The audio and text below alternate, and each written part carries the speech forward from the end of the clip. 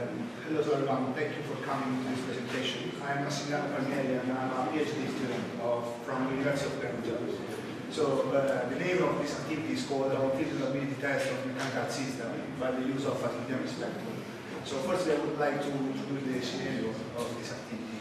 So durability test generally is a kind of test performed to mechanical components or systems subjected to random vibration and to verify the fatigue life of the component. Generally, they are applied to in the frequency domain by an imposed power spectral density. The way how this power spectral density is known is quite complicated, but we will see later. So, firstly, I would like to introduce the random vibration. So, random vibration is an excitation for a component which has some statistical properties. Generally, in random fatigue, it's common to deal with a frequency domain approach, so to a power spectral density.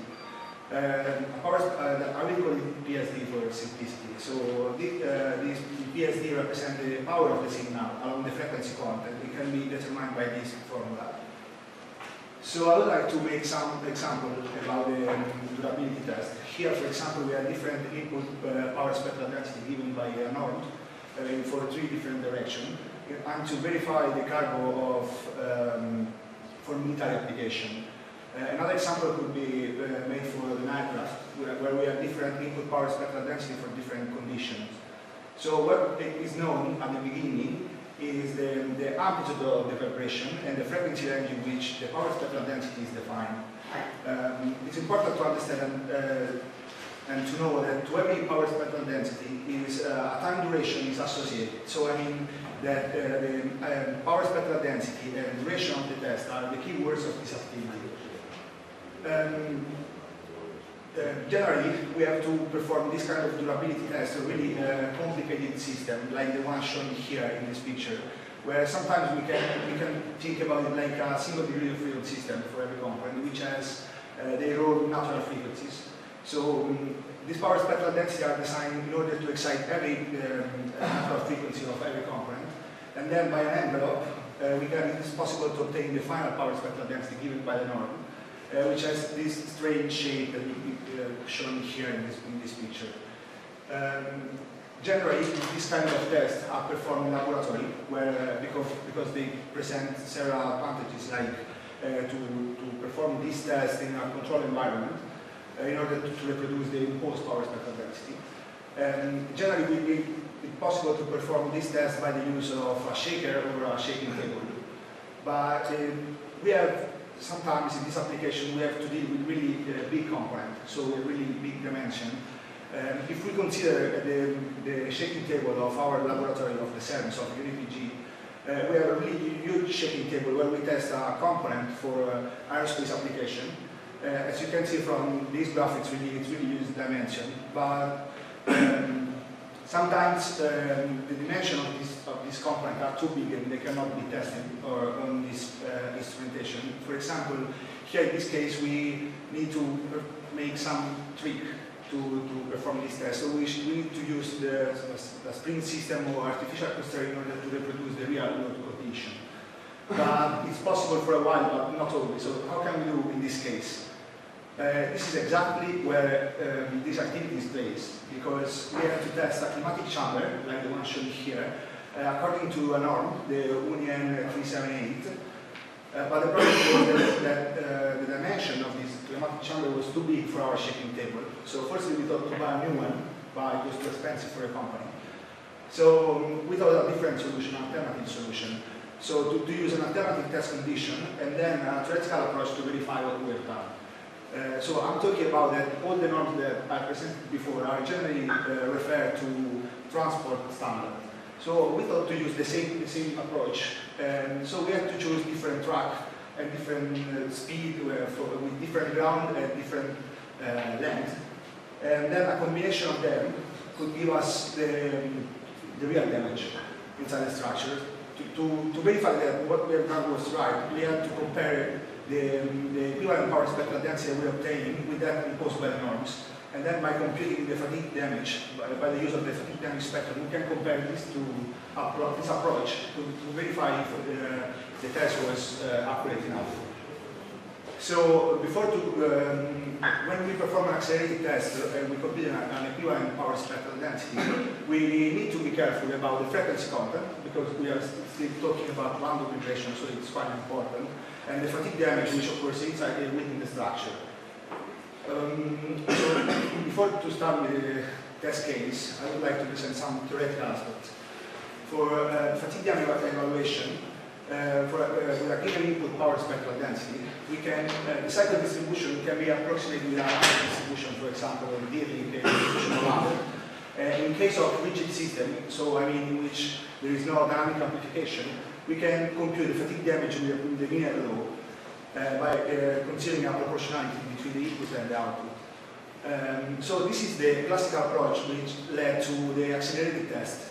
In fact, in this case, when we have a direct proportionality between the input and the output, when we have a system which is characterized by a predominant natural frequency, by posing the equivalence between the fatigue damage, you can obtain an equivalent power spectral density, which gives us the same damage but with a shorter time. Here are shown two different formulas. The first one given by Ashmore, the other one given by Braccesi of our university. But sometimes we need to consider the dynamic amplification of the system. So we should consider the frequency response function in this approach. We can solve this problem by the use of really complicated formulas, but we can simplify the problem. And we know that if we know the frequency response function of the system and the input power spectral density, we can compute the response of the system in terms of power spectral density. And then combining this power spectral density with an equivalent power spectral density and the cycle distribution of the output, we can compute, we can introduce the fatigue damage spectrum that is shown in this formula, and then I will explain better later. In fact, with this condition, with a system with these features, we can the output of the system, so the response of the system, can assume the cycle distribution is a narrow band. So it can be actable with a Rayleigh distribution.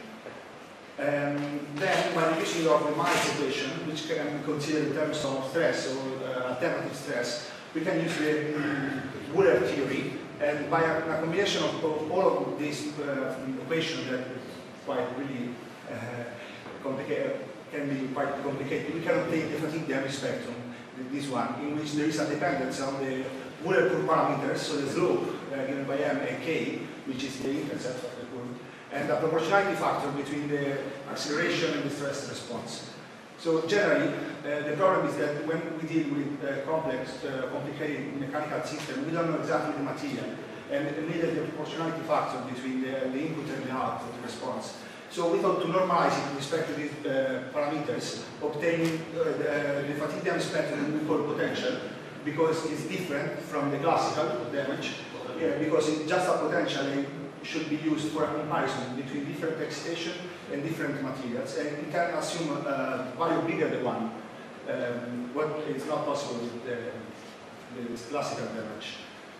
So now that we introduce the theoretical aspect that we will use in the test case, I will go back to the incident of this presentation.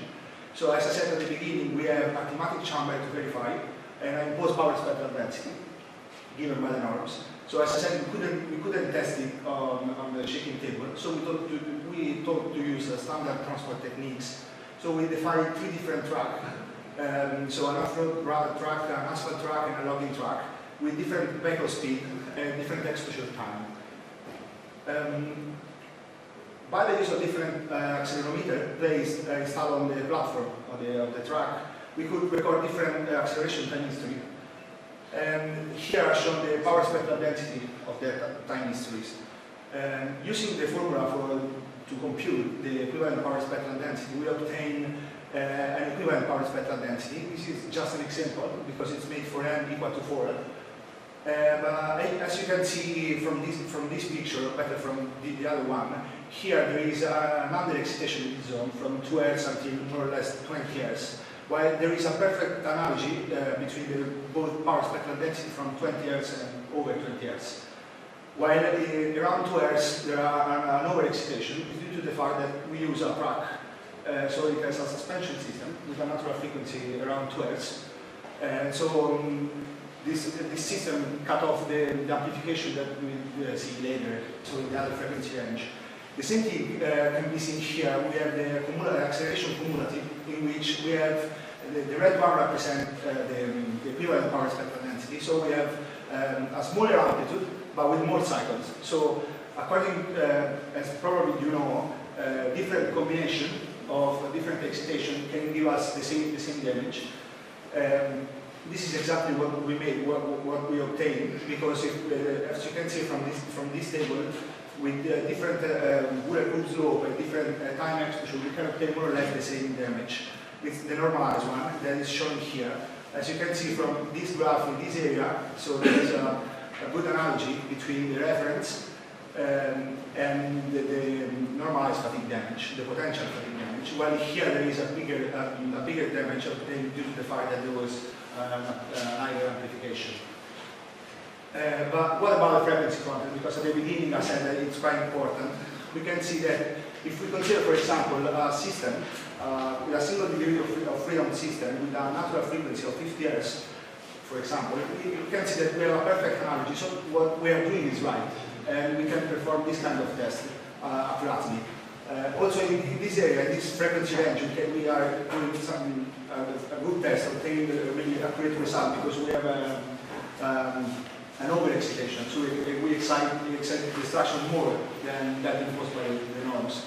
While in this case, we obtain not so accurate results. So it can be used just for this method, this approach has some limits due to the natural frequency or the dynamic amplification of the system.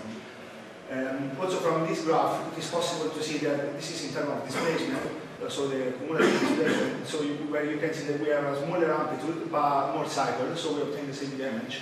In fact, for example, the potential damage plotted in this picture, here if we consider a system with around 50 Hz, we have a perfect analogy between the potential damage that we obtain.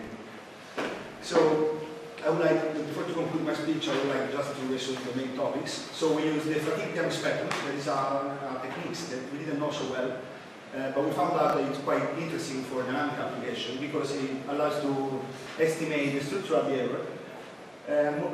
Moreover, the normalized fatigue damage spectrum is useful to compare different excitation because compared to the classical fatigue method, it doesn't use